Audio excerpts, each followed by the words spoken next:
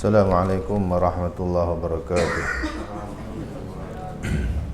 Nawaitu ta'allum wa ta'lim wa tadhakkur wa tazkir wa naf'a wal intifa' wal ifadah wal istifadah wal hasa 'ala tamassuk bi kitabillah wa sunnati rasulih sallallahu alaihi wasallam wad dilala 'ala al-huda والدلال الخير ابتغاء مرضاته وقربه وثوابه وحسن الخاتمة مع اللطف والعافية وعلى نية أن الله يرزقنا العلم النافع والعمل الخالص المقبول حسن التعليم والدلال على الهدى ويسر بذلك قلب نبينا محمد صلى الله عليه وسلم وأن الله يفتح علينا فتوح العارفين يفقهنا في الدين ويعلمنا تأويل التفسير ويهدينا إلى سواء السبيل حسن الخاتمة عند الموت ودع عمر طويل في طاعة الله ورسوله مع اللطف والعافية وأن الله يرفع عنا البلاء والوباء والفحشاء والفتن والأسقام والأوجاع على هدنية وكل نية صالحة إلى حضرة النبي صلى الله عليه وسلم ثم إلى أرواح الأولياء والشهداء والصالحين الأئمة الراشدين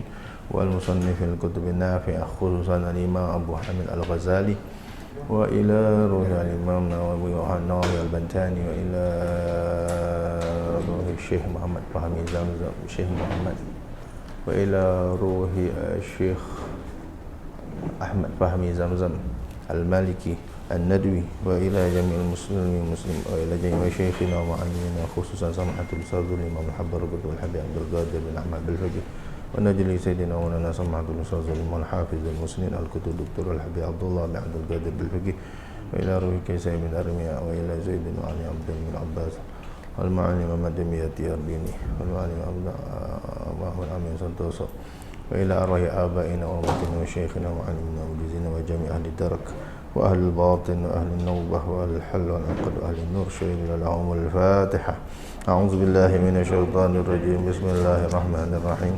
الحمد لله رب العالمين الرحمن الرحيم مالك يوم الدين إياك نعبد وإياك نستعين اهدنا الصراط المستقيم صراط الذين أنعمت عليهم غير المغضوب عليهم ولا الضالين آمين. بسم الله الرحمن الرحيم. الحمد لله على نعمه الغراء وآلائه تترى والصلاة والسلام على سيدنا ومولانا محمد المخصوص بجزيل البشرى وعلى آله وأصحابه الذاكرين الله كثيرا في السر والجهر. أما بعد رب اشرح لي صدري ويسر لي أمري وارفع لي قدري واحلل عقدة من لساني يفقه قولي وسدد لساني واهد قلبي بحق سيدنا محمد صلى الله عليه وسلم.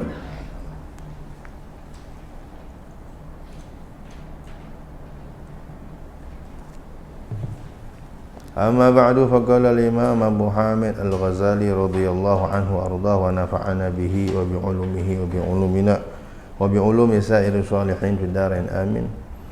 من كتاب بداية الهداية إلى أن قال ما معناه. muka surat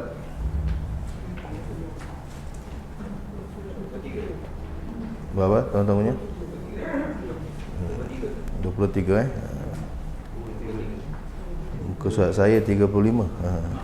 Lain cetakan lain. Tanya-tanya tu. Pada menyatakan masih lagi tentang ada wudu, etika perkara-perkara plus yang menaik tarafkan derajat dan kehebatan dan pahala dan kesan wuduk kita. Wuduk yang kita harapkan menjadi baju besi. Wuduk yang kita harapkan menjadi aura pendinding. Wuduk yang kita harapkan akan menjadi magnet rezeki. Itu semua disebut oleh Nabi sallallahu alaihi wasallam dalam beberapa hadis tentang kelebihan wuduk ini. Terlalu banyak, luar biasa. Tapi bukan sembarangan wuduk, tapi wuduk yang sempurna. Bagaimana nak sempurnakan wuduk?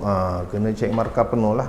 Untuk dapat markah penuh, inilah ada adab yang ditulis oleh Al-Imam Al-Ghazali. Barulah wuduk kita sempurna, dia jadi dengan 1001 macam kehebatan. Ini baru sikit yang disebut oleh Imam Al-Ghazali. Baru ni saya jumpa kawan saya, siapa ustaz namanya Ustaz Fauzi, doktor lah. Dia kata, saya alhamdulillah saya baru siapkan satu karangan sunat-sunat wuduk. Karangannya satu je. Buat karangan khas sunat-sunat wuduk yang menghimpunkan tak kurang 200 sunat wuduk. Saya kata 200. Subhanallah. Tercengang kita dengar. 200. Dia himpun buat kitab. Jadi kitab. Subhanallah. 200 sunat wuduk. 200. Oh. Kita nak hafal 20 pun tak rasa tak jumpa lagi kan. Tuan-tuan dah kira tak berapa ni. Tapi tak kisah, nak cerita tu banyak sunah-sunah wuduk ni kan, luar biasa. Kita dapat amal mana yang boleh, alhamdulillah lah. Tak dapat semua, dapat 1/10 pun jadilah, kata ulama. Benda-benda sunat ni kan banyak. Tapi kata Imam Ahmad bin Ruslan Al-Syafi'i radhiyallahu anhu, Imam Ahmad bin Ruslan nah, dalam kitab Zubatnya beliau kata, fa'mal walau bil ushri kaz zakati takhruj bi nuril ilmi min zulumati. Amalkanlah perkara sunat. Perkara sunat ini banyak, nak amal semua mungkin tak mampu kita. Tapi amalkanlah walau 1/10, 10%. Ni ilmu kau kena amal. Kita kata ilmu mesti amal. Yang wajib memang semua kita kena amal lah, banyak ke sikit. Kalau benda tu wajib memang kena amal. Tak ada persen kalau wajib. Tapi benda sunat, benda sunat ni kan nak buat, tak nak buat rugi, itu saja. Kalau yang Allah beri taufik, dia boleh buat semua. Jadi mohon je kepada Allah, paling tidak amalkan perkara sunat walau 1/10, 10%. Kaz zakati, seperti zakat. Zakat kan kita harta banyak, tapi Allah tak minta semua. Ada harta yang Allah minta 1/10 saja.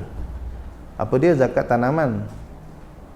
Orang nanam padi, nanam gandum apa semua, makanan ruji itu zakatnya 1/10. Kalau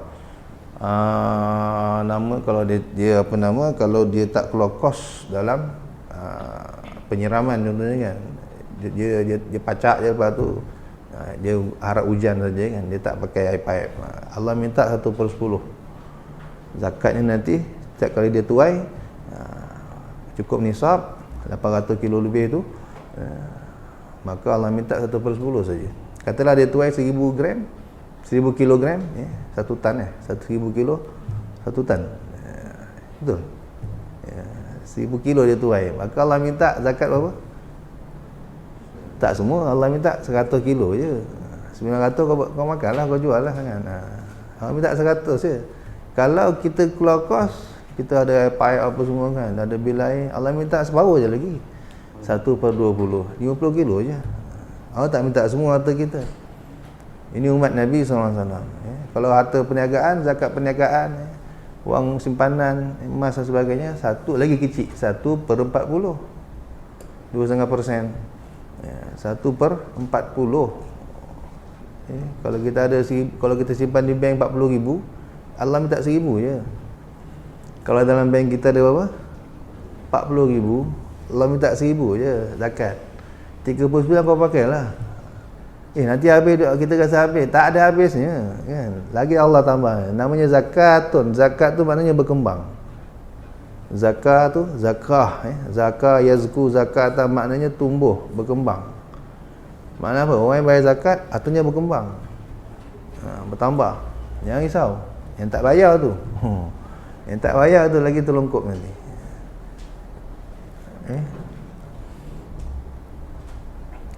Umat Nabi Musa, Allah minta 1/4. Lagi dahsyat. Kalau ada 40,000, Allah minta 10,000. Itu yang Qarun pening kepala tu. Qarun harta dia banyak. Jadi ilmu buat emas. Apa benda je, emas dia buat, bukan dia dapat, dia buat. Dia boleh buat emas banyak. Gedung-gedungnya saja, tak tahu berapa besar, berapa banyak. Kunci gedung saja, kunci store emas saja, kunci dia saja nak bawa tu kena pikul atau kita kena pikul oleh pemuda-pemuda gagah perkasa. Kunci dia saja tuan-tuan, punya banyak kunci dia punya apa, gudang emas tu, satu gudang satu kunci, satu gudang satu kunci. Tuan-tuan bayang, kunci dia saja nak bawa kena pikul oleh pemuda-pemuda gagah perkasa. Pada abang-abang sado yang kena pikul. Bukan pikul emas dia, pikul kunci dia. Tuan-tuan boleh bayang. Katalah saya bayangkan kunci je satu satu apa? Satu gerobak kan. Satu gerobak. Kunci saja. Bayangkan gedungnya banyak mana? Semua tu emas. Nabi tiba-tiba Nabi Musa minta zakat. Minta. Kerana dia banyak, suku, dia tengok memang terasa betul lah, suku. Bayangkan kita ada 4 kedai, satu hilang, terasa. Kalau kita ada 40 kedai, 10 kedai, terasa. Tu yang banyak orang kaya takut nak bayar zakat. Orang kaya yang otak bisnes, otak dunia kan. Dia kata aku bayar zakat memang 1/10, 1/40, tapi duitnya 40 juta. Duit dia, aset dia 40 juta, simpanannya 40 juta, dia kena hantar pusat zakat 1 juta. Dia kata 1 juta ni aku boleh beli Ferrari apa? Kereta 1 juta. Dia fikir gitu pula. Sudah. Kita tak terasa sebab zakat kita RM10.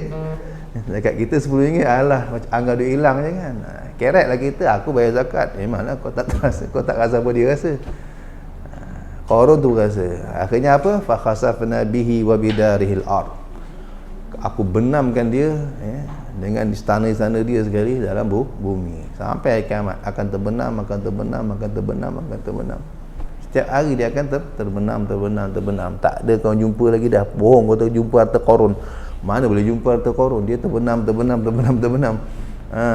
Kita korek dia lagi masuk. Kita korek lagi dia masuk. Cuma orang katalah harta karun, padahal atuk dia tanam kat belakang rumah kan. Dia kata karun punya harta. Harta karun. Allah, itu. Tu kias ke situ. Maknanya tak perlu semua. Nak amal semua bagus. Nak amal semua bagus, lagi banyak lagi bagus. Tapi paling tidak untuk mengelakkan tanggungjawab. Allah akan soal di akhirat. Takkan siapa dibenarkan bergerak ke mana-mana, tak akan bergerak sejengkal pun. La tazulu qadama 'abdin, kata Nabi SAW, hatta yus'al an arba', sehingga dia selesai jawab 4 soalan. Settle jawab 4 soalan, baru boleh pergi mana nak pergi. Pertama apa? An umrihi fi ma afna. Umur yang Allah akan tanya umur tu. Umur kau berapa? Main duduk atas dunia? 60 tahun. Okey, cerita sikit. Cerita semua ke sikit? Cerita semua. Start balik sampai dia mati.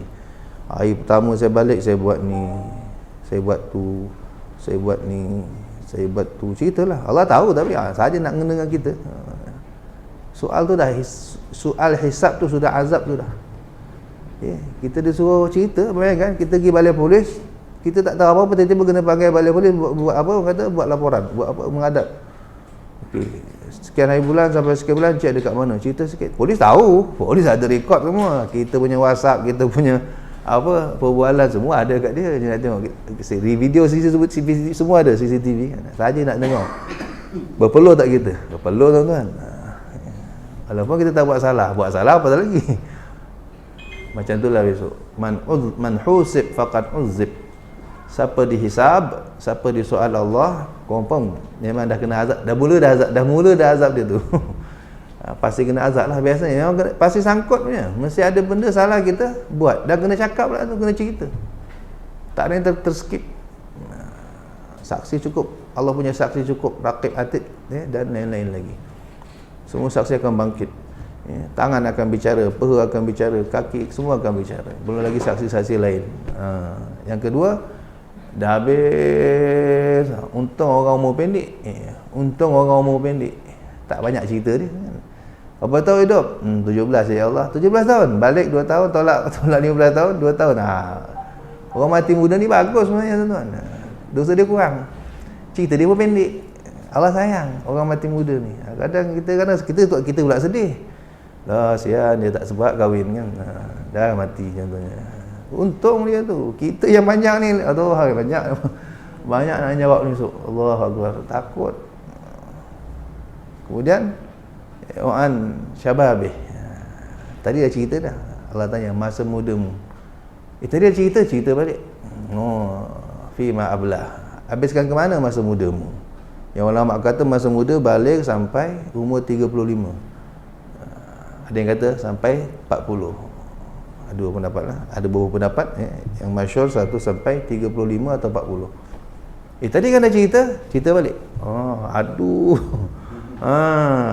Inilah masa yang paling orang kata apa, paling banyak kita buat salah.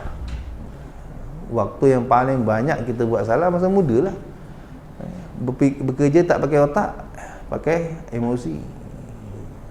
Beramal tak pakai otak, pakai emosi saja kan. Kita rasa kita paling betul, tak nak dengar cakap orang tu. Nak kahwin je tak peduli. Mak tak bagi ke, ayah tak bagi ke, jadi aku puas hati. Lalah ambil macam-macam, menyesal. Mak bapak tak redha kan. Mana nak selamat lagi di dunia. Di akhirat apatah lagi. Hanya kerana isteri yang baru kita kenal sanggup derhaka kepada mak bapak kita yang bela kita daripada kecil sampai ke besar. Isteri kita pun sama juga. Dia tak tahu diri kan. Kau baru dia kenal, kau pula sokong dia untuk derhaka pada mak bapak dia. Akhirnya huru-hara rumah tangga. Contoh gitu. Belum lagi perangai yang macam-macam debat yang semangat nak mencuba. Orang muda dia kan subuh dia nak cuba. Orang isap rokok, orang isap gam. Orang cuma nak buat ni.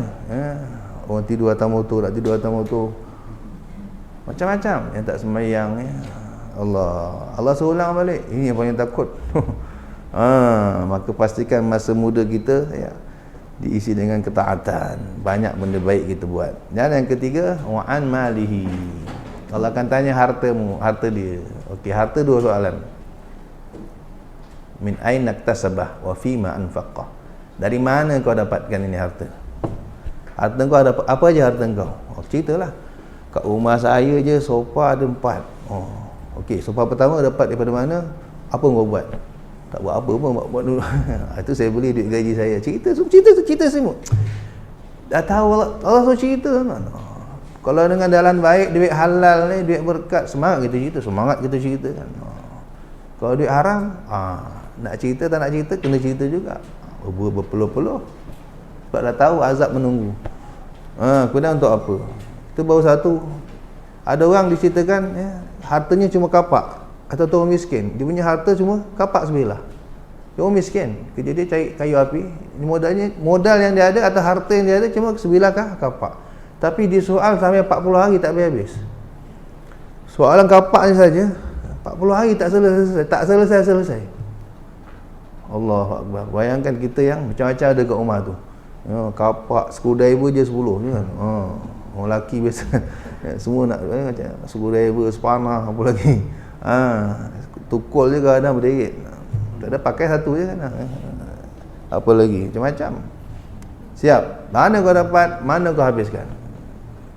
Dan kemudian yang terakhir wa'an ilmihi. Itu kita ngaji seronok. Bagus, banyak kitab khatam. Tapi ingat, semua itu akan disoal Allah. Kau ngaji apa? Allah tanya apa? Hal amila bihi amla. Apa yang kau amal? Kau dah amal tak? Yang wajib semua kena amal.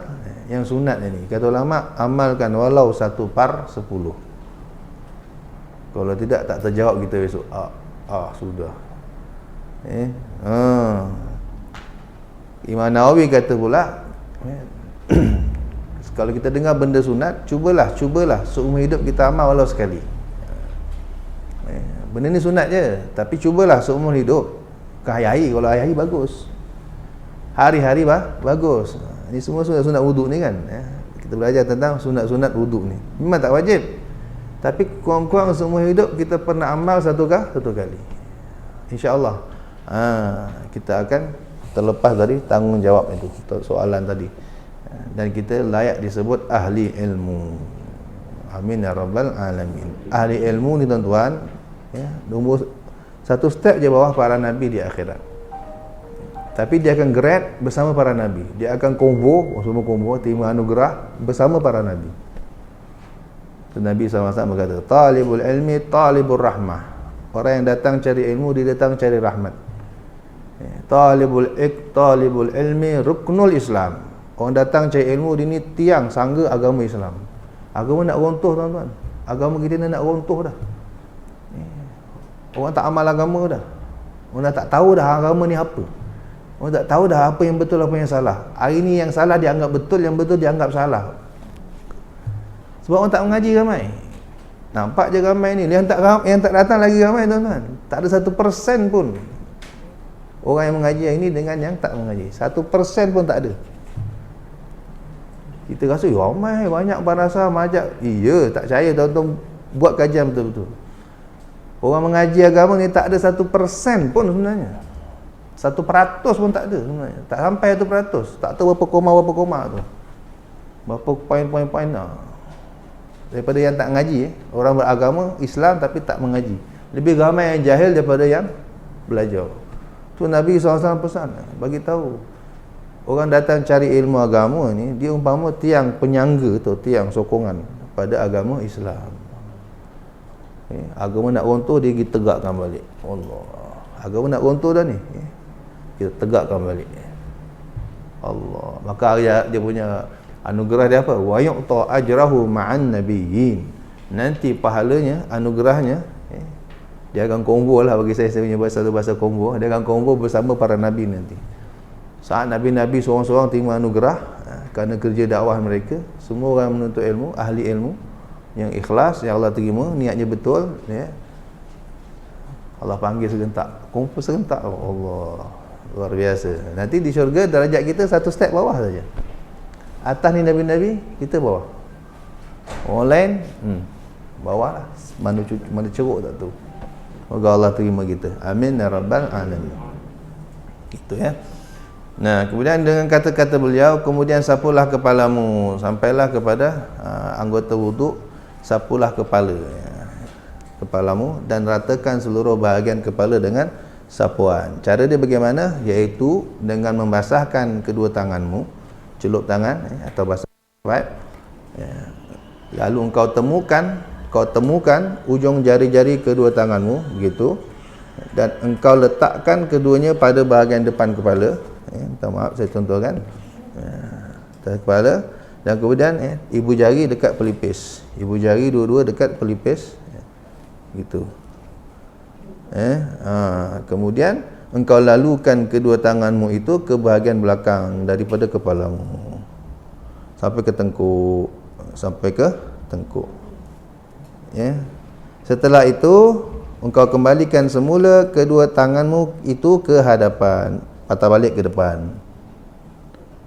Itu satu. Basahkan lagi tangan, tercelup, letak sini, tarik ke belakang sampai tengkuk, kemudian bawa balik dari tengkuk ke depan. Ini kata ulama bagi yang rambutnya tebal. Bagi saya macam saya nipis, satu botak cukup sekali ke belakang saja, tak perlu bawa ke depan.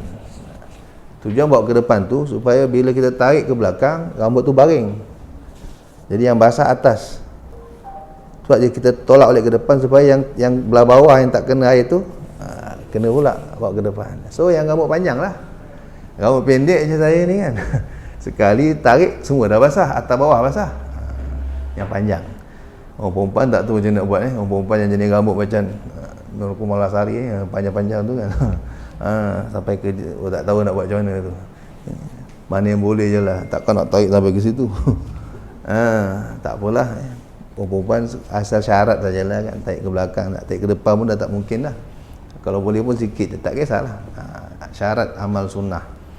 Supaya besok yang penting cahaya kepala kita terang. Banyak. Setelah itu kau kembalikan semula tanganmu ke depan. Ini baru dikira satu kali sapuan. Tarik belakang, bawa ke depan satu.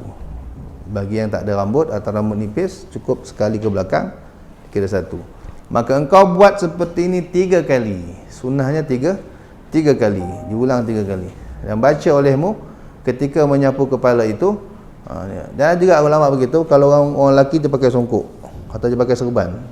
Kalau dia buka kan serban dia jadi terbarai kan. Nak ilik-ilik balik dia malas. Okey, tak apa. Boleh juga pernah dibuat oleh Nabi SAW, buka sikit ubun-ubun ni.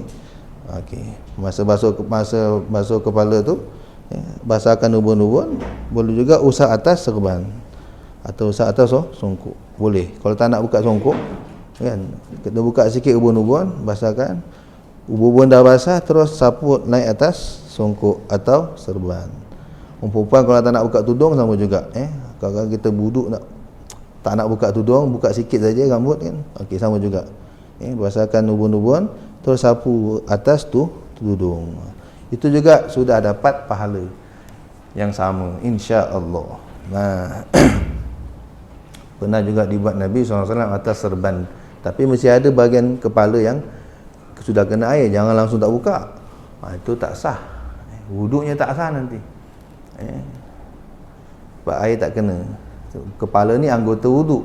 Allah sebut dalam Quran, wamsahu bi ru'usikum. Allah sebut sapu air kepala kamu. Cuma ada mazhab kata wajib seluruh kepala, ada mazhab kata sebahagian besar kepala, ada mazhab kata satu tapak tangan. Mazhab Syafi'i paling mudah bab ni. Satu jari air pun tak apa.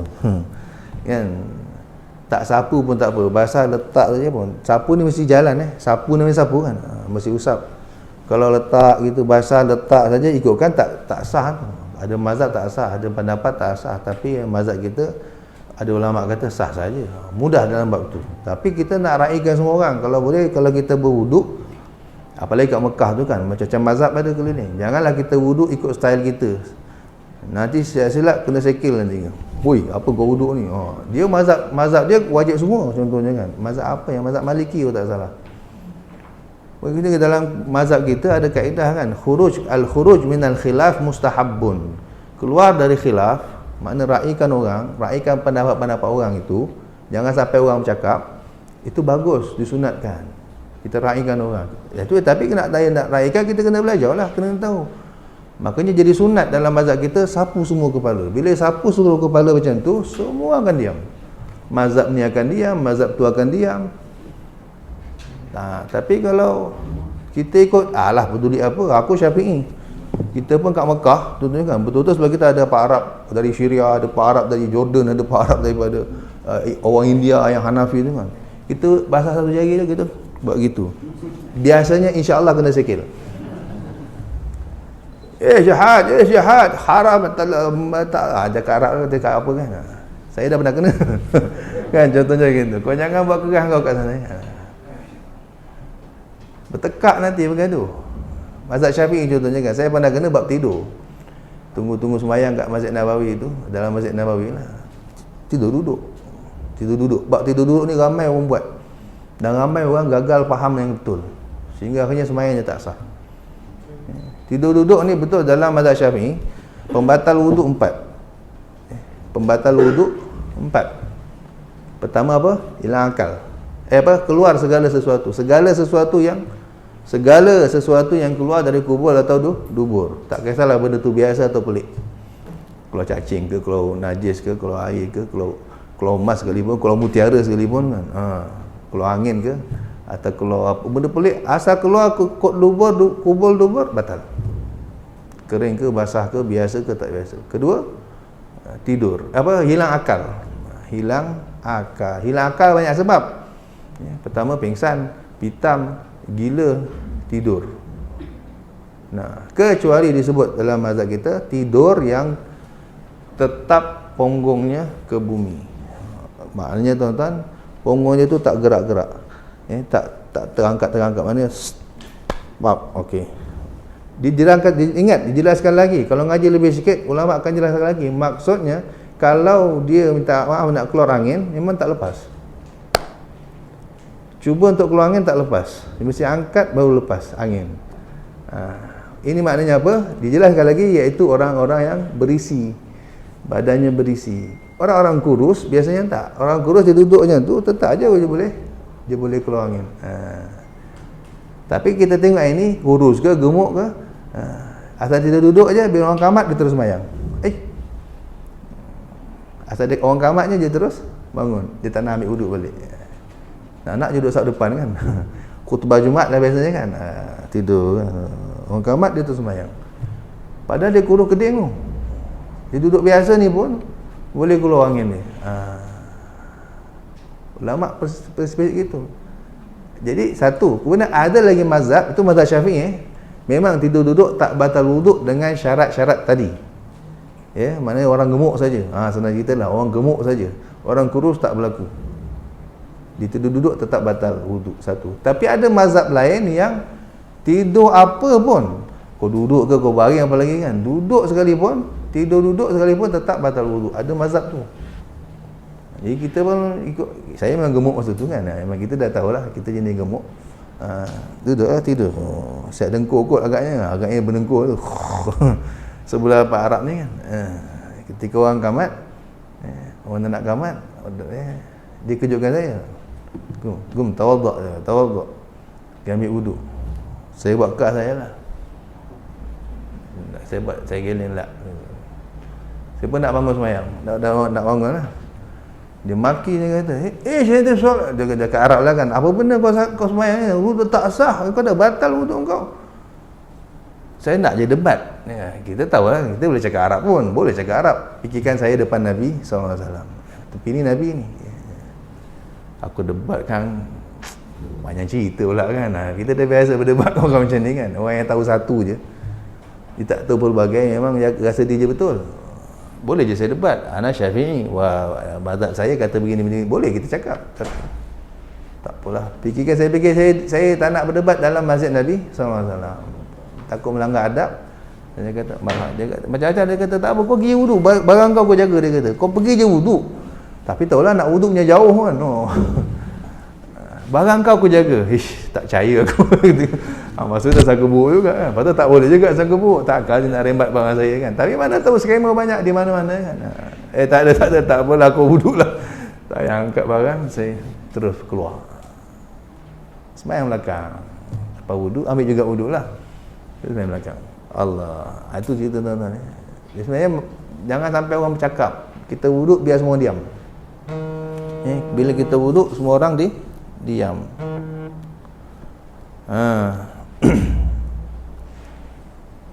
Tadi saya nak basuh kepala tu. Ingat, ada mazhab yang mewajibkan seluruh kepala. Cara dia macam tu lah. Mazhab kita tak wajib ni, tak wajib. Tapi bagus buat supaya dia diam. Supaya tidak mengundang perbalahan, kekecohan. Tak semua orang mengaji semua mazhab. Tak semua orang tahu banyak benda. Dia kena tahu tu je. Dia ingat tu yang wajib. Siapa buat tak bacaan dia, salah. Dan dia pula semangat nak menegur orang Arab ni, semangat nak menegur dia kuat. Dia bukan ada macam kita, ada rasa tak sedap hati, rasa takut kecil hati, tak ada. Orang Arab ni dia jenis, kalau salah dia tegur direct. Tapi lepas tu habis lah. Tak ada simpan-simpan. Kita tengah ceramah ni, kalau salah dia boleh bangun direct. Salah tu tuan, dia kata.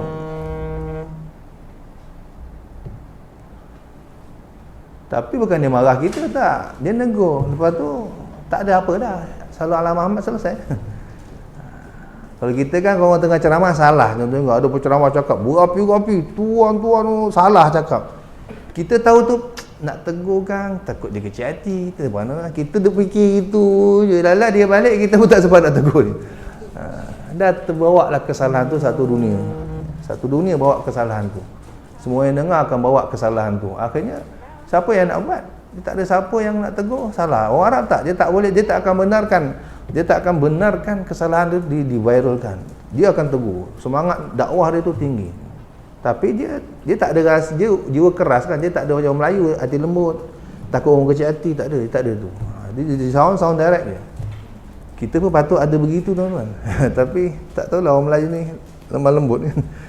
Takut orang kecil hati, takut orang terasa. Alah-alah kita biar je gitu. Salah sebenarnya. Bukan betul ya, salah. Cara kita ni salah tuan-tuan.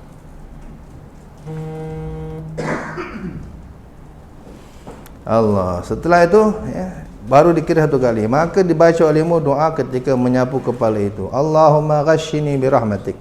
Sambil-sambil usap kepala tu baca doa ini. Allahumma ghashini birahmatik wa anzil alayya min barakatik wa azillani tahta zilli arsyik yawma la zilla illa zilluk.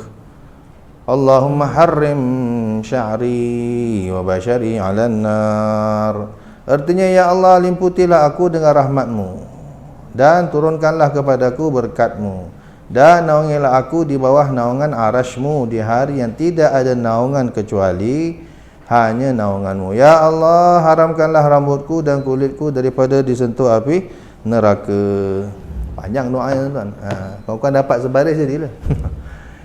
Amalkan sebaris dulu. Takkan tak hafal. Allahumma ghashini birahmatik. Kalau tak boleh sebut Arab, lidah dah keras kan.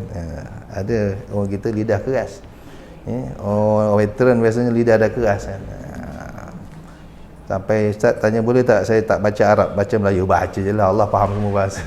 kan. Cuma gitulah bahasa, kalau yang pentingkan heritage, pentingkan warisan ni, pentingkan keberkatan, dia cuba jugalah kan.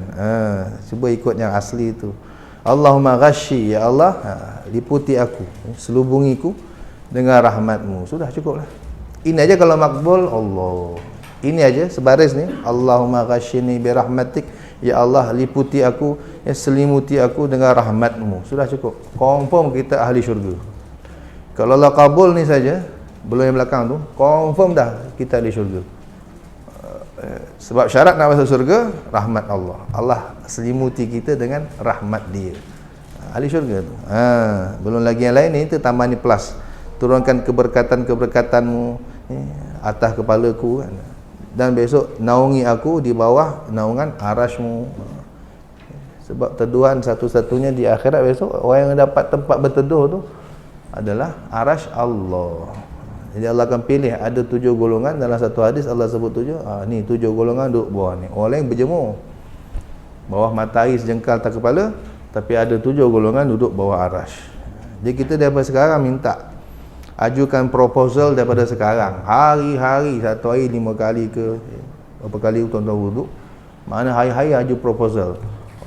Tuan-tuan kalau nak minta kerja kan, kita tak buat satu, kita biasa buat banyak file kan. Okey, hantar syarikat ni, hantar syarikat tu. Banyak tu kadang adalah yang kena kan. Kadang sampai 3 panggil kita, kadang semua panggil kita. Mesti ada yang kenanya, InsyaAllah. Tapi tak tahulah zaman sekarang kan, 100 pun kadang tak ada seorang panggil pun kadang. Jadi kita minta hari-hari, umpama kita hari-hari aju proposal, ya Allah aku minta masuk senarai duduk bawah arasy.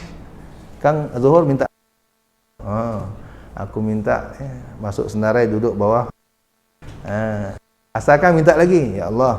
Tuan bayang, Allah ni sangat-sangat pemurah, sangat-sangat pemurah.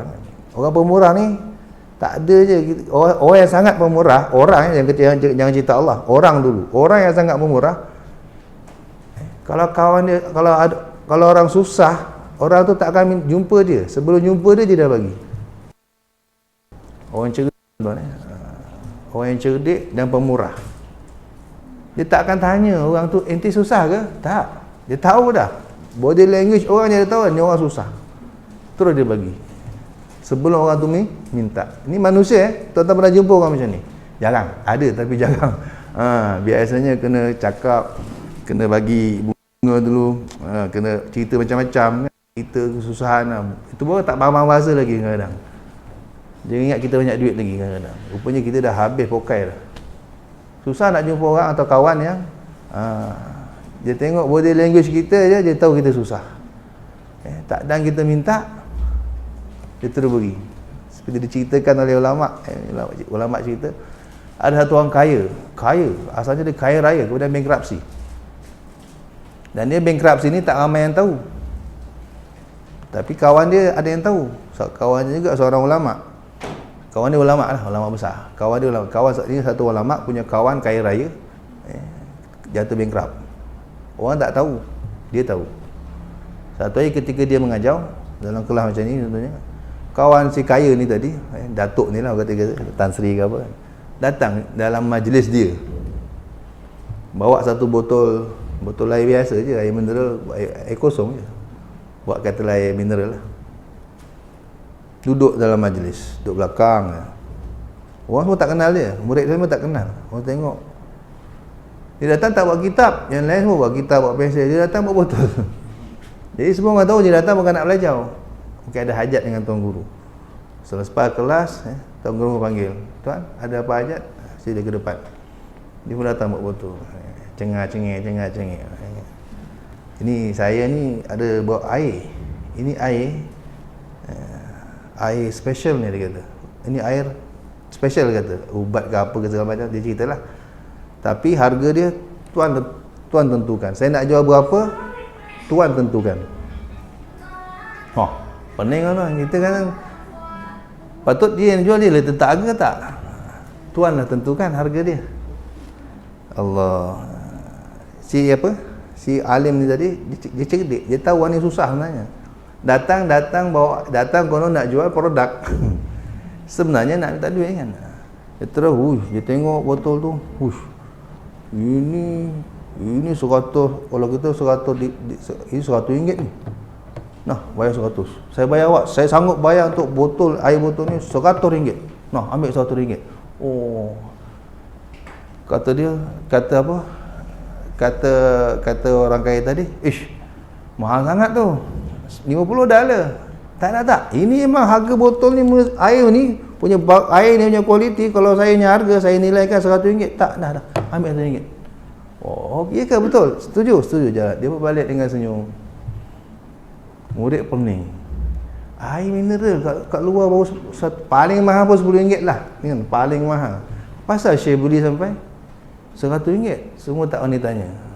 Anak Syekh tu, anak guru awal tadi, balik rumah, dia ambil botol tu. Dia belik betul. Dia minum rasa. Sebiji air, orang kata apa? Air mineral biasa. Tak ada rasa pelik ke kan? Dia kata, ayah biar betul.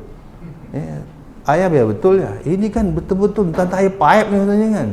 Pasal ayah beli sampai 100 ringgit, tak membazir ke? Tak kena scam ke? Mungkin dia scammer kan? Dia pun cerita, nak, kau tak tahu, kau tak kenal siapa orang tu.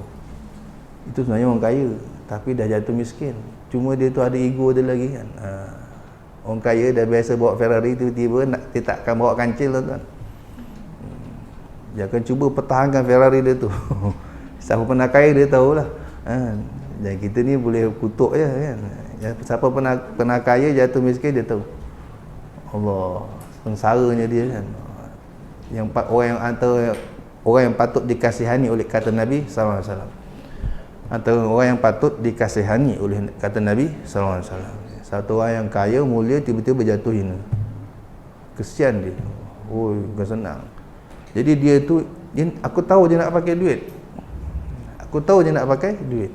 Tapi dia takkan minta pinjam dengan akunya atau dengan siapa-siapa. Dia akan cubalah buat jual produk lah apa kan. Dan aku tahu, sejak dia bawa air tu, aku dah tahu tu air pipe, air biasa je tu.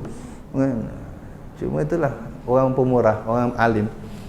Sebelum dia minta pinjam ke apa ke, aku nak cover maruah dia supaya dia pergi dengan terhormat, dia dapat duit dengan terhormat.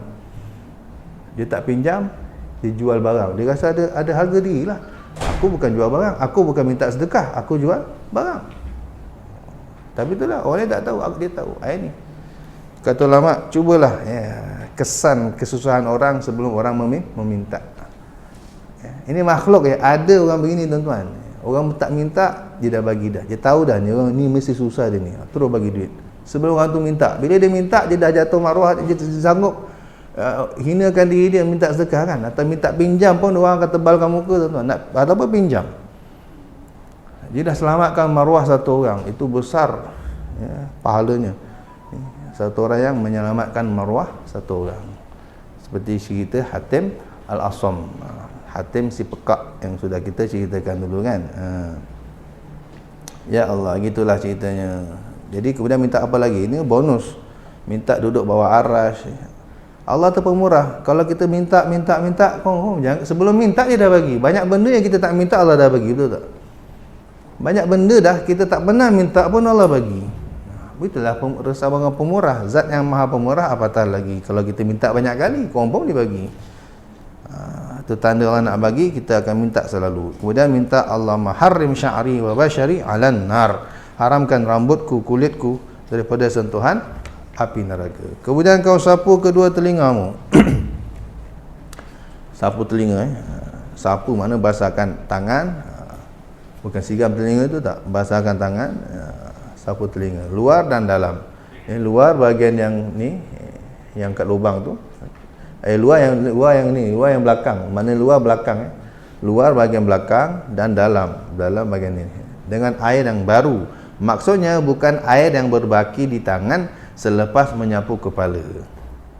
Jadi ada mazhab, seingat saya mazhab Hanafi. Mazhab Hanafi tu gitu. Basuh basuh kepala terus telinga. Basuh kepala terus telinga. Jadi dia jadi satu. Dan juga ada dalam mazhab Syafi'i. Tapi yang masyhur dalam mazhab Syafi'i, untuk telinga air lain. Yang paling afdal untuk kepala air lain, untuk telinga air yang lain. Itu yang pendapat paling menurut yang paling afdal lah. Tak gabung pun boleh, tapi yang afdal dipisahkan. Dan masukkan kedua telunjukmu ke dalam dua lubang telingamu. Itu cara dia yang ditunjukkan oleh Nabi sallallahu alaihi wasallam. Diriwayatkan oleh para sahabat sampai ke kita. Letak dua telunjuk dalam kedua lubang telinga. Kemudian engkau sapukan bahagian luar dengan ibu jari. Ibu jari bahagian luar. Buat gitu. Ketika itu baca la ilaha, dah ada lagi sebenarnya dia sebut lepas buat gitu pula. Lepas buat jari yang dalam, yang ini tolak ke depan, kena pekap begitu. Ada lagi keterangan dalam kitab-kitab lain. Apa yang kita minta ketika basuh telinga, sesuainya minta apa kat situ? Sesuainya kata Imam Ghazali, mintalah ini. Allahumma ja'alni minal ladzina yastami'una al-qawla fayattabi'una ahsanah. Allahumma asmi'ni munadiyal jannah ma'al abrar. Kita ni memang tak tahu tuan-tuan. Kalau Imam Ghazali tak ajar apa nak minta, tak tahu nak minta apa kita ni. Basuh telinga basuh je lah kan. Apa nak minta kan? Bila basuh. Ulama kau tak tahu aku ajar. Ini minta ni, minta. Ini di dunia sudah begini, di akhirat juga begitu. Nanti di akhirat tuan-tuan, ketika semua dah masuk syurga, di dalam syurga tu, dalam riwayat hadis sebut Allah akan jengah kita. Dalam tuan-tuan baca Yasin, Allah akan bagi salam. Salamun qawlan min rabbir rahim. Bahawa kita dengar kita tanya khabar macam best. Okey, best dengar seorang-seorang, Allah akan dengar. Allah akan tanya khabar. Salamun qawlan min rabbir rahim. Jadi ada lagi disebut Allah akan tanya makan cukup dan semua pakai cukup macam kita lepas kita bagi anugerah orang kan, kita bagi orang rumah, kita bagi orang hotel, kita akan tanya dia, jengah dia tanya dia. Allah juga akan tanya kita, jengah kita, dan Allah akan tanya minta apa lagi, apa yang kurang begitu. Orang di syurga kata apa yang kurang, semua dah komplit kat syurga ni, apa nak semua dapat. Tak, ada lagi, minta lagi. Masa kita bingung. Allah kata tamanna alayya. Minta apa saja, minta lagi kepadaku. Masa tu kita akan bingung, apa nak minta loh, semua dah ada. Masa itu kita akan cari ustaz-ustaz kita. Dalam riwayat kata mereka akan rujuk ulama-ulama. Dalam syurga pun ulama jadi pakai rujuk. Oh, kita ni bodoh kat dunia, sampai akhirat pun bodoh juga nanti. Maknanya apa tuan-tuan? Kita ni kat dunia perlu ulama, sampai di dalam syurga pun masih akan perlu ulama. Kita pun tanya ustaz-ustaz kita, ustaz ni Allah tu minta ni, apa nak minta? Kau minta ni. Aku ulama akan ajar. Kau minta ni, kau minta tu, kau minta ni. Antaranya yang disuruh mintalah redha Allah. Minta Allah redha pada kamu. Sebab kalau dah redha, insya-Allah kamu tak akan jadi macam iblis. Iblis duduk syurga tuan-tuan, asalnya. Iblis asalnya duduk syurga, tapi kerana tak dapat redha Allah, halau masuk neraka. Halau ke dunia sampai masuk neraka. Kita jangan sampai jadi macam iblis. Dah masuk syurga, Allah tak redha, Allah boleh halau balik dah. Minta redha Allah. Ridwanun minallahi akbar. Anugerah terbesar dari Allah ialah redha dia tu. Allah redha kat kita. Kita belajar ni pun nombor satu kita minta ibtigha amardatillah. Aku belajar ni pun nak minta kau redha kat aku je, sudah cukup ya Allah. Jadi ni Imam Ghazali ajar. Tak tahu nak minta apa ni aku ajar. Allahumma ja'alni minal ladzina yastami'una al-qawla fayattabi'una ahsana. Ya Allah, jadikan aku daripada hamba-Mu yang mendengar suatu perkataan lalu mereka mengikuti yang baik-baik daripadanya. Dengar ceramah yang baik ambil, yang buruk buang gelongkang. Yang baik jadikan tauladan, yang buruk jadikan sempadan. Ataupun ada lagi yang kata bila dengar azan kata apa? Hayya 'ala solah, terus solat. Jangan tangguh-tangguh. Tu kalau makbul doa ni kita jadi orang begitu. Kalau makbul doa ni tak tahu bila akan makbul, tapi minta terus. Minta terus, sangka baik pada Allah, satu hari Allah akan kabul. Maka kita azan je, letih macam mana pun akan ikut. Hayya 'ala solah, terus boleh bangun, terus boleh solat. Apa sajalah orang cakap yang baik-baik, kita akan diberi taufik, boleh ikut, boleh amal. Kalau makbul doa ini. Allahumma asmi'ni munadiyal jannah ma'al abrar. Ya Allah, perdengarkan akan aku suara pemanggil syurga di dalam syurga bersama orang yang baik-baik. Di akhirat besok nak masuk syurga ada seruan, ada announcement. Allah kata udkhuluha, masuklah kalian ke dalam syurga. Bisalamin aminin, dengan sejahtera. Bila masuk dalam syurga akan diseru, ada seru nama, akan dipanggil nama. Okey, Fulan jalan, masuk. Kita nak kita dengar tu panggilan ke syurga, bukan panggilan kena ke neraka. Rabbana innana apa tu disebut dalam Quran banyaklah cerita tentang itu. Akan ada seruan untuk masuk syurga. Antaranya lagi dalam hadis sebut, antara seruan yang masyhur, liyakumil hammadun, sila bangun, ada seruan di akhirat. Dan orang bangun ada seruan, liyakumil hammadun, silakan bangun, al-hammadun, orang-orang yang suka puji Allah. Sikit-sikit alhamdulillah. Dapat musibah pun alhamdulillah. Ada orang begitu. Dapat musibah pun alhamdulillah. Akan ada seruan. Orang yang tengah berjemur lagi ni, tengah menunggu hisap, mereka tadi dijemput, dipersilakan masuk syurga. Disilakan masuk syurga. Siapa dia? Al-Hammadun. Orang yang suka puji Allah. Makan alhamdulillah, minum alhamdulillah, lepas dapat apa pun alhamdulillah, lepas belajar pun alhamdulillah. Kita lupa kadang-kadang. Lepas belajar kita keluar nyonong je. Ada satu ulama, lepas dia ngajar, dia suruh tuan baca doa, ikut saya baca lepas belajar dia suruh baca doa alhamdulillah, semua ikut. Alhamdulillahilladzi, ikut alhamdulillahilladzi at'amana wa saqana wa ja'alana minal muslimin. Itu terkejut student dia. Ya betul Syekh, ini kan alfa makan lah. Memang kamu tadi makan rohani. Rohani juga perlu makan. Makanan rohani hadis, zikir, cerita Allah, cerita tentang Allah, cerita tentang Rasulullah SAW, cerita tentang itu makanan rohani kamu. Oh ya ke? Lagi lepas taklim, lepas belajar, baca doa alfa makan ya. Alhamdulillazi at'amana wa saqana wa ja'alana minal muslimin. Segala puji bagi Allah telah beri kami makan rohani kami, maksudnya. Wasaqana, telah beri minum rohani kami. Ceramah dengar kata santapan rohani. Selalu dengar tak orang kata? Ya, itu sebenarnya. Rohani ni tuan-tuan yang penting. Biar jasmani kosong. Biar jasmani tak cukup, tapi rohani cukup insya-Allah. Tapi orang yang rohani tak cukup, jasmaninya cukup, hancur. Orang kaya berapa ramai bunuh diri, tuan-tuan. Orang kaya berapa ramai yang tak tenteram hidupnya. Jismaninya cukup, tapi rohaninya kurang.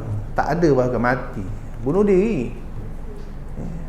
Minum arak, konon-konon boleh hilang dia punya masalah. Lalah bawa kereta, mati, langgar orang mati di langgarnya. Itu yang cukup jismani itu. Jismani cukup.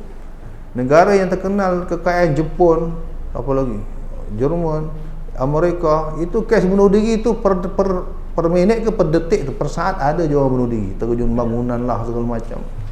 Padahal mereka apa yang kurang? Tapi tak kosong, jiwa dia kosong. Nah, nak isi, nak bagi makan rohaniah atau jiwa ni, itu Quran, hadis, kata-kata ulama, kata-kata aulia. Ini semua umpama kita beri makan rohani kita. Walaupun dia miskin, tapi Masya Allah, dia boleh survive. Sebab rohani dia kuat, rohani dia cukup makan. Kita lama gitu. Habis belajar, dia ajak baca doa, alhamdulillahilladzi at'amana wa saqana wa ja'alana minal muslimin. Dah balik. Tapi kita lupa, selalu lupa puji Allah ni. Kita lupa terima kasih pada Allah. Allah tu suka, kata Nabi SAW, innallaha la yuhibbu an yuhmad.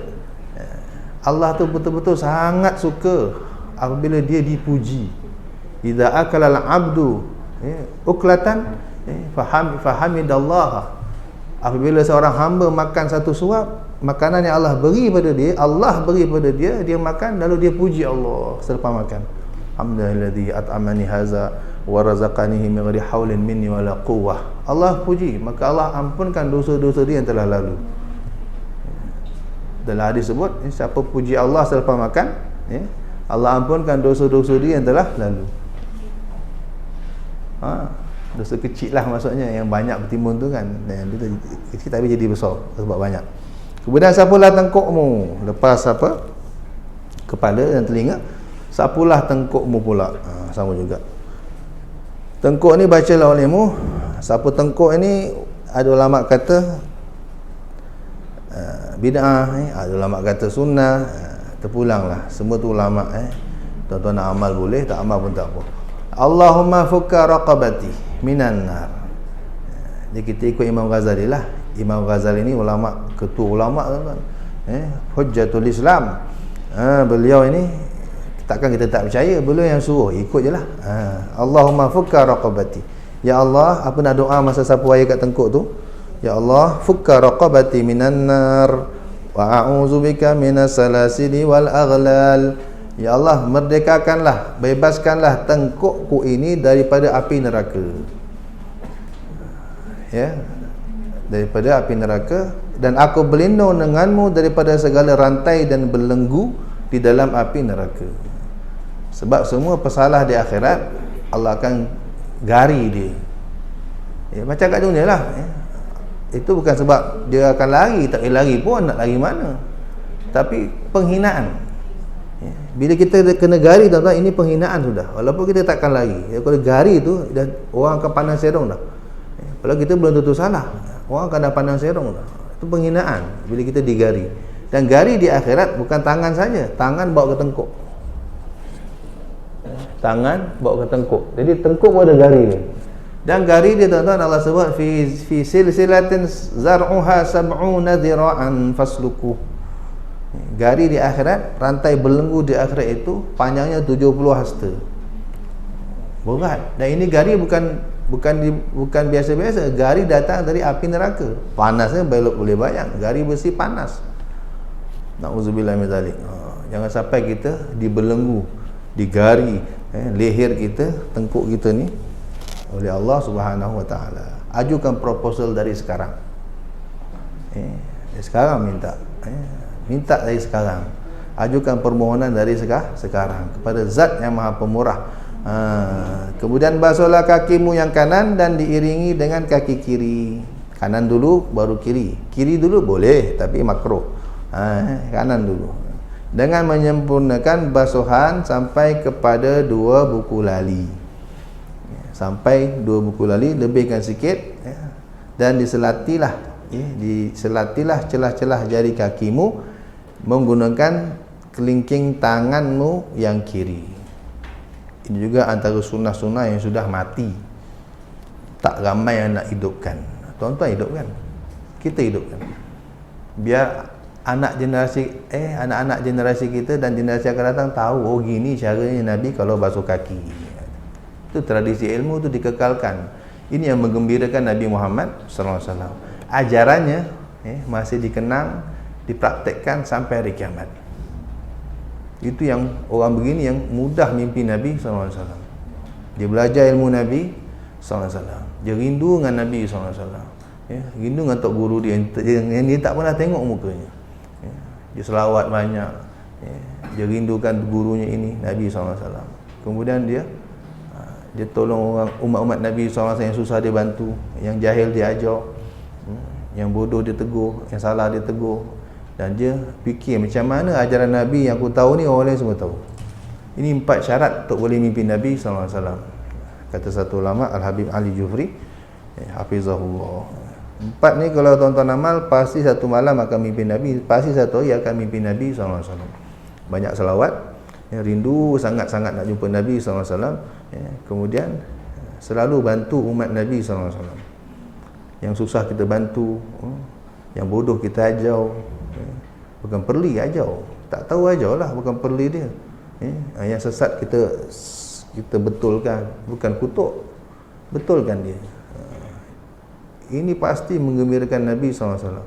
Yang kemudian kita sentiasa risau, bimbang, fikir macam mana lah dakwah Nabi ni boleh sampai kepada semua orang. Macam mana apa yang aku belajar ni orang lain boleh dapat. Itu yang kita buat streaming apa semua kan. Zaman sekarang Allah mudahkan. Biar satu dunia tahu apa yang Nabi ajar.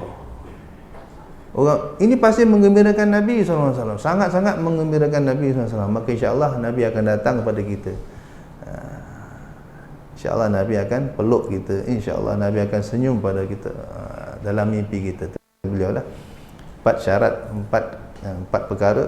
Kalau kita amal, pasti kata beliau, tuan-tuan akan mimpi Nabi SAW. Untung orang yang pernah mimpi Nabi SAW. Banyak pahalanya dan berkahlah hidupnya. Kata ulama, siapa sedang sakit, dia mimpi Nabi SAW, itu tanda dia akan sembuh. Siapa sedang susah, mimpi Nabi SAW, pasti dia akan senang. Siapa sedang berhutang banyak, tiba-tiba mimpi Nabi SAW, pasti hutangnya akan dibereskan Allah, diselesaikan Allah. Gitulah ceritanya. Macam-macam lah cerita tentang mimpi Rasulullah SAW. Itu lama bukukan kitab, kisah-kisah orang yang mimpi Nabi SAW, kelebihannya apa, kejadiannya apa, kenyataannya apa, nantinya jadi apa. Oh, terlalu banyak. Itu Nabi suruh kita kalau boleh mintalah pada Allah untuk dapat jumpa Nabi SAW. Dalam hadis sebut, man lam yarani fil manam khifa alaihi al-mautu ala su'il khatimah. Siapa-siapa tak mimpi aku dalam tidur, dikhawatiri, tak pasti, dikhawatiri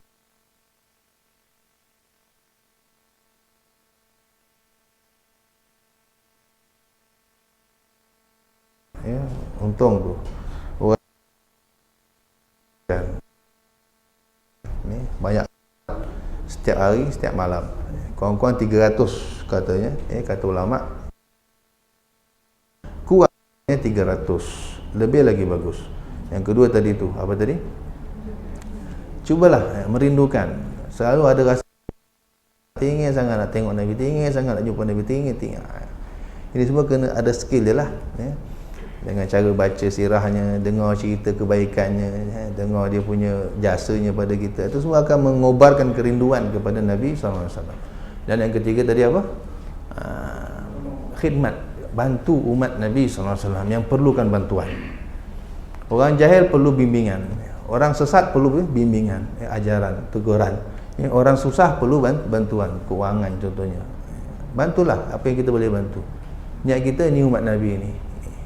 Ni kau orang lain, ni saudara aku, sama-sama satu Nabi, satu guru.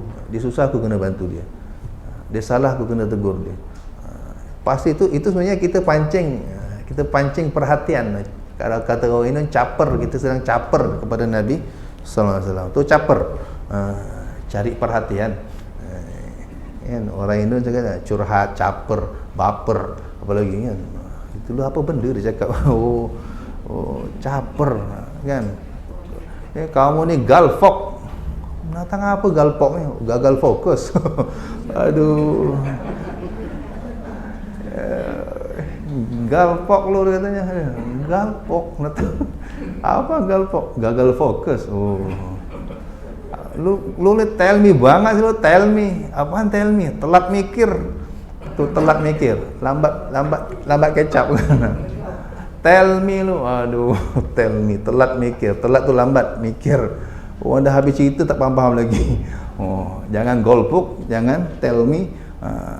Dengan Nabi ni sallallahu alaihi wasallam kita disuruh caper, tuan-tuan. Apa caper? Caper, hai caper dengan Nabi sallallahu alaihi wasallam. Apaan caper?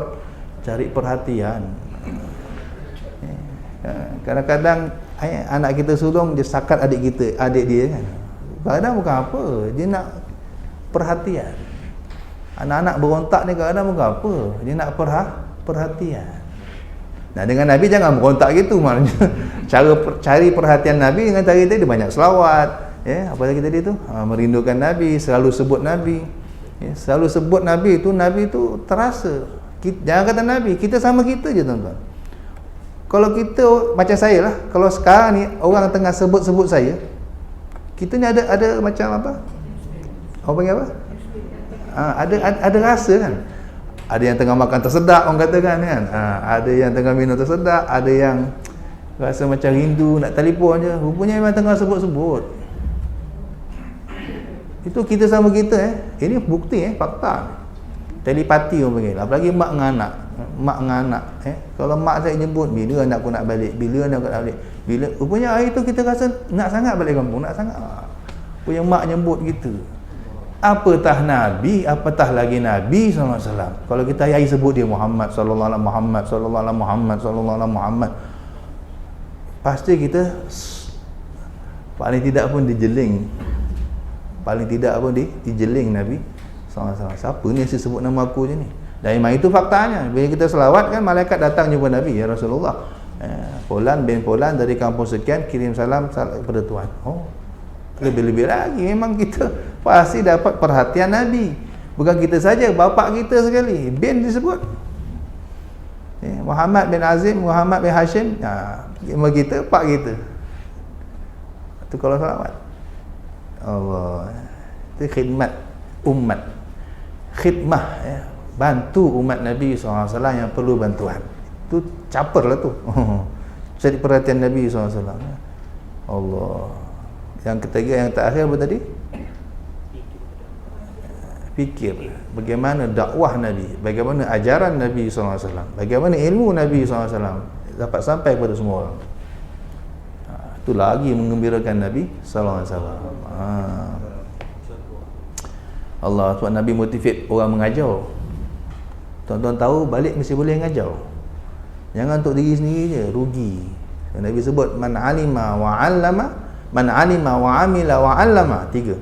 Tahu, amal, sebar, ajar. Man alima wa amila wa 'allama. Siapa alima, tahu, wa amila, amal, wa 'allama, ngajar, sebarkan. Ngajar tak mesti macam saya, sebar Facebook, sebar Twitter, sebar ikut pandai-pandai tu lah. Aku ngajar jugalah, menyampaikan maknanya, memberitahu orang lain. Fadzalika yud'a 'aziman fi malakutis samawat. Kata Nabi SAW, itu orang digelar orang azim, orang hebat di 7 petara langit. 7 petara langit yang luas. Bumi ni tuan-tuan, bayang langit tak tahu besar mana. Tu nak cerita. Tuan-tuan pernah tengok video orang buat perbandingan bumi, planet-planet, matahari, bintang lagi besar, lagi besar sampai pernah tengok video tu. Bumi ni Allah halus macam tak ada apa je. Itu semua planet, bintang masih satu langit, tuan-tuan. Itu baru duduk dalam satu langit paling rendah. Cakrawala ni, cakrawala Suria atau bintang-bintang lain, hatta bintang paling jauh, bintang apa tu? Bintang Suraya tu. Itu kan masih duduk dalam langit bumi. Langit yang paling bawah. Atasnya ada 6 lagi lapis langit. Di daerah seluas itu, kalau ada orang terkenal, hebat tak hebat? Kat dunia ni tuan-tuan, seterkenal-terkenalnya orang pun ada orang tak kenal. Saya tanyakan, siapa yang paling famous di Malaysia ni? P. Ramlee. Tuan-tuan pergi Afrika, agak-agak orang Afrika kenal tak P. Ramlee? Dia giling kepala je. Siapa yang paling terkenal di atas dunia ni? Michael Jackson. Tuan-tuan pergilah kat Indonesia tu, Madura contohnya, atau daerah pelosok, tak kenal tuan. Saya kat Jawa tu tuan-tuan, saya duduk Jawa lama kan. Paling masa zaman saya belajar tu, penyanyi paling top, artis paling top, Romai Rama. Romai Rama. Tuan-tuan kenal lah, hidup lagi sekarang. Itu saya masuk satu kampung pedalaman di daerah Jawa Timur tu, naik bas. Kita datang dengan kawan-kawan daripada Jakarta, daripada pondok semua tu. Borak-borak orang kampung ni. Orang kampung tu tanya, dari mana mas? Dari Jakarta. Ni orang kampung Jakarta. Jakarta tu kat mana dia kata. Macam kita lah, ada orang tanya, saya dari Kuala Lumpur. Kat mana ya? InsyaAllah hari ini tak ada, tapi dulu ada tuan-tuan. Kalau tanya pergi kat kampung-kampung Ceruk, kita kata saya mari Kuala Lumpur. Kuala Lumpur tu kat mana? Ada je orang tanya. Punya tak terkenal Kuala Lumpur tu kan. Tapi sekarang insyaAllah semua kenal. Dia tak kenal Jakarta. Loh, Jakarta tu kat mana? Jakarta, kita nak dengar kan tak gerti. Tiba-tiba ada orang nyampuk. Oh, tempatnya Romai Rama ya? Ya betul-betul, tempatnya Romai Rama. Jakarta tak kenal, Romai Rama dia kenal. Orang macam tu, dunia tu macam tu. Tapi kalau ada orang, itu dunia yang kecil pun ada orang tak kenal. Tapi langit, tuan-tuan bayang, 7 lapis langit tu, orang ni azim, sudah seluruh penghuni di situ kenal dia dan menggelar dia orang hebat. Orang hebat itu.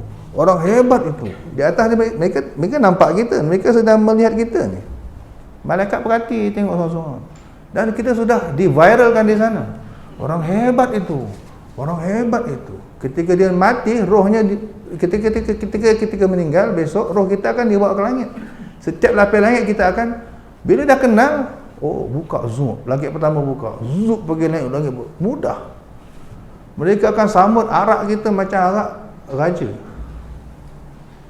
Itu kehebatan orang mengajar, orang berdakwah, sampaikan ajaran Nabi Muhammad SAW.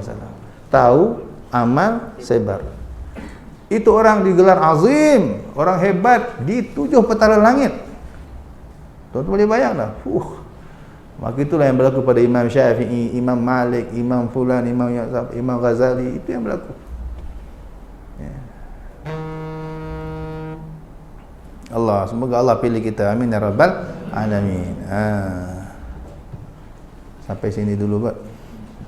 Basuh kaki lah, sampai ke basuh kaki.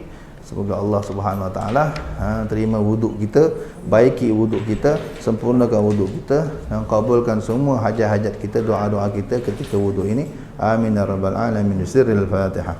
A'udzubillahi minasyaitonir rajim. Bismillahirrahmanirrahim. Alhamdulillahi rabbil alamin arrahmanir rahim maliki yaumiddin. Iyyaka na'budu wa iyyaka nasta'in. Ihdinas siratal mustaqim, siratal ladzina an'amta 'alaihim ghairil maghdubi 'alaihim waladdallin. Amin. Ada soalan? Tak ada. Tak ada ya Allah. Dia kadang-kadang segan nak tanya sini, dia tanya belakang. Tak apalah, biasalah tu. Semoga Allah terima. Amin ya rabbal alamin. Subhanaka. Ada?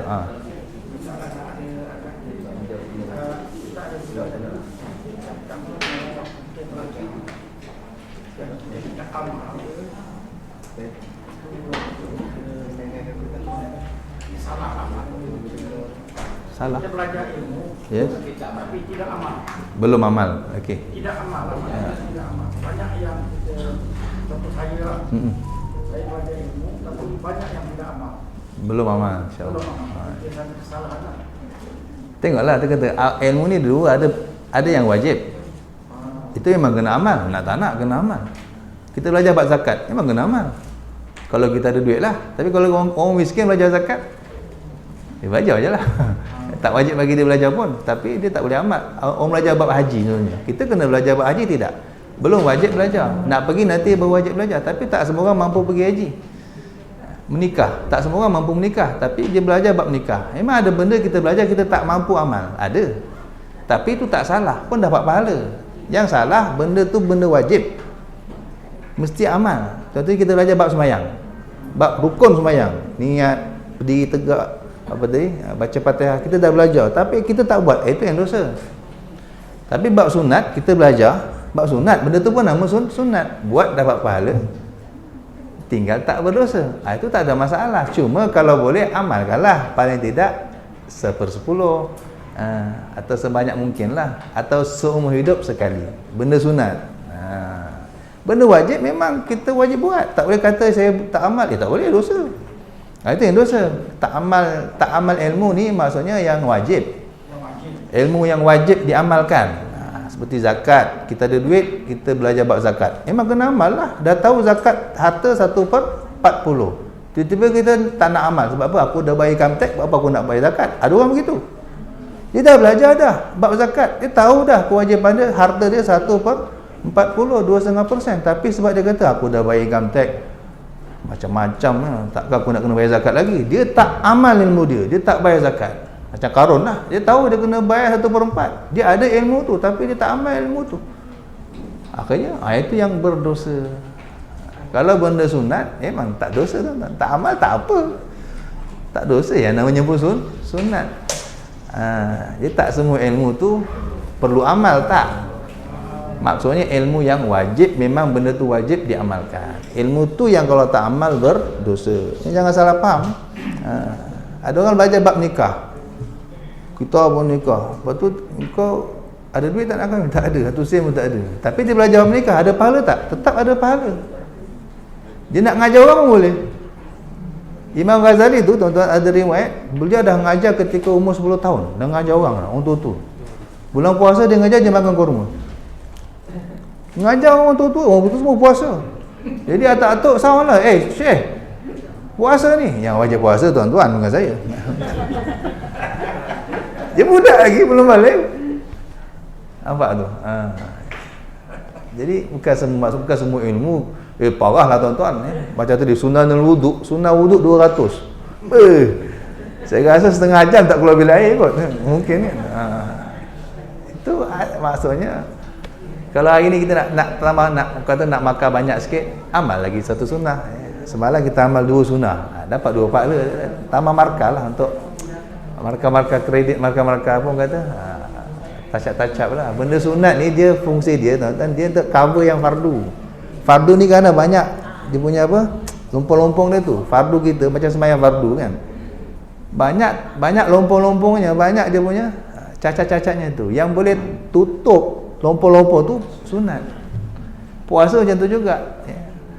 Puasa fardu kita ni entah Allah terima atau tidak, ataupun kalau terima pun mungkin tak terima sebab banyak lompong, banyak kekurangannya. Yang boleh top up itu, tutup itu kekurangan supaya jadi sempurna sampai Allah terima ialah puasa sunat. Apa ibadat macam tu juga. Zakat memang kena bayar, tapi mungkin zakat kita tak sempurna sehingga Allah tolak nanti, takut. So macam mana nak tutup lompong-lompong zakat kita? Banyak sedekah sunat. Nanti Allah tutup sedekah sunat yang banyak itu, Allah tutup lubang-lubang zakat kita yang wajib. Maka Allah terimalah zakat wajib kita. Selamat kita masuk syurga. Jadi faham ya? Semoga Allah terima insya-Allah. Habis? Kita tutup dengan doa makan. Alhamdulillahillazi at'amana wa saqana wa ja'alana minal muslimin. Subhanakallahumma wa bihamdika asyhadu an la ilaha illa anta astaghfiruka wa atubu ilaik. Assalamualaikum warahmatullahi wabarakatuh.